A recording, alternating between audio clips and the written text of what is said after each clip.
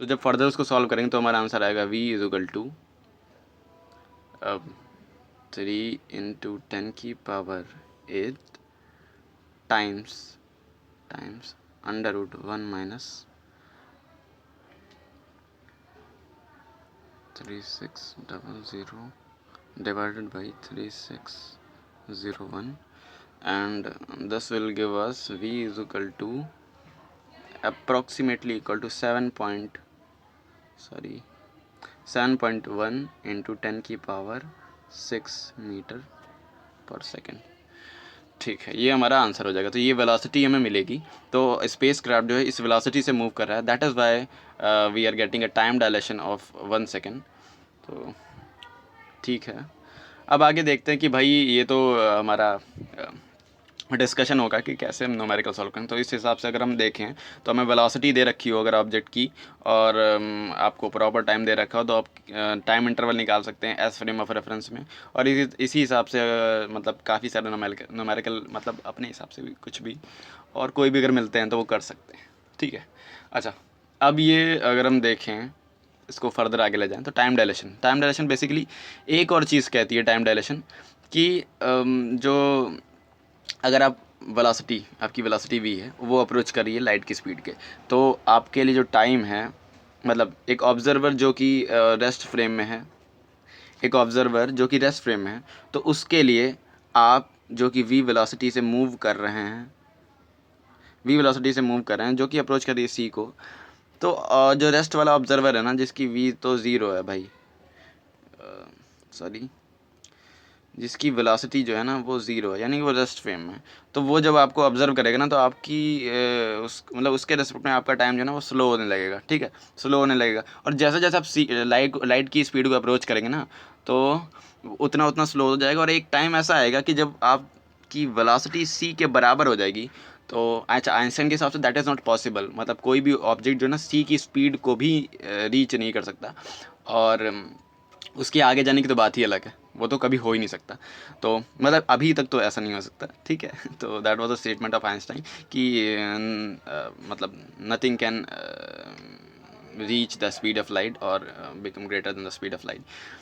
ठीक है भाई, तो अगर कोई ऑब्जेक्ट हम इमेजिन करते हैं कि अगर कोई ऑब्जेक्ट रीच कर लेता है लाइट की स्पीड को, तब क्या होगा उस केस में? तो उसके जो टाइम होगा ना, टाइम टी स्टॉप्स,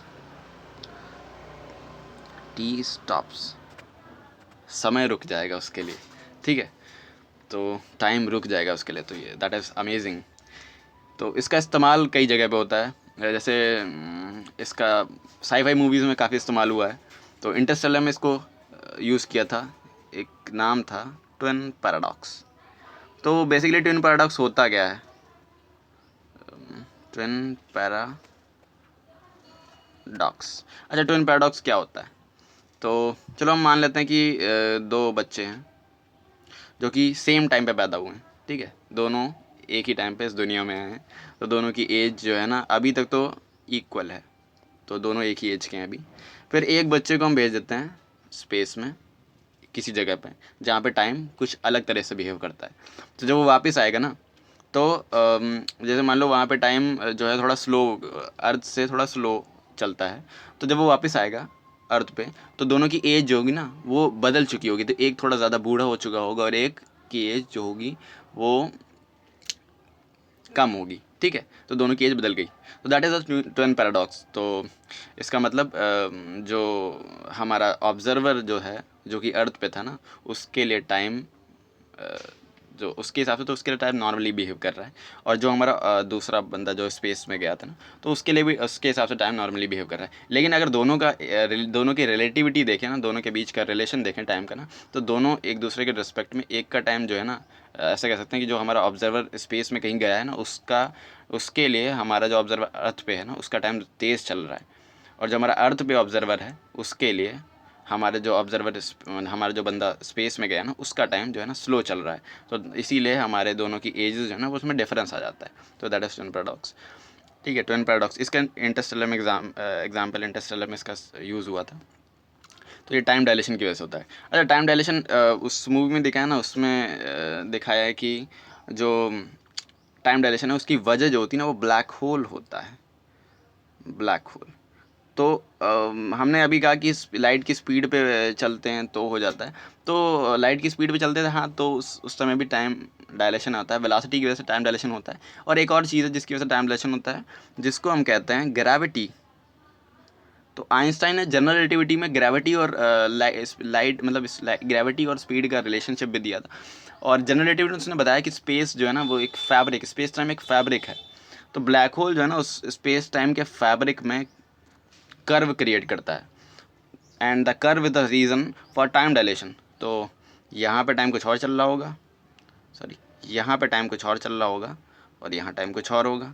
ठीक है, तो जैसे जैसे आप अप्रोच करते हैं ना, जैसे जैसे आप नीचे की तरफ स्पेस टाइम के कर्व में जाएंगे ना, वैसे वैसे आपके लिए टाइम स्लो होता जाएगा, तो टाइम हमारा स्लो होता जाएगा।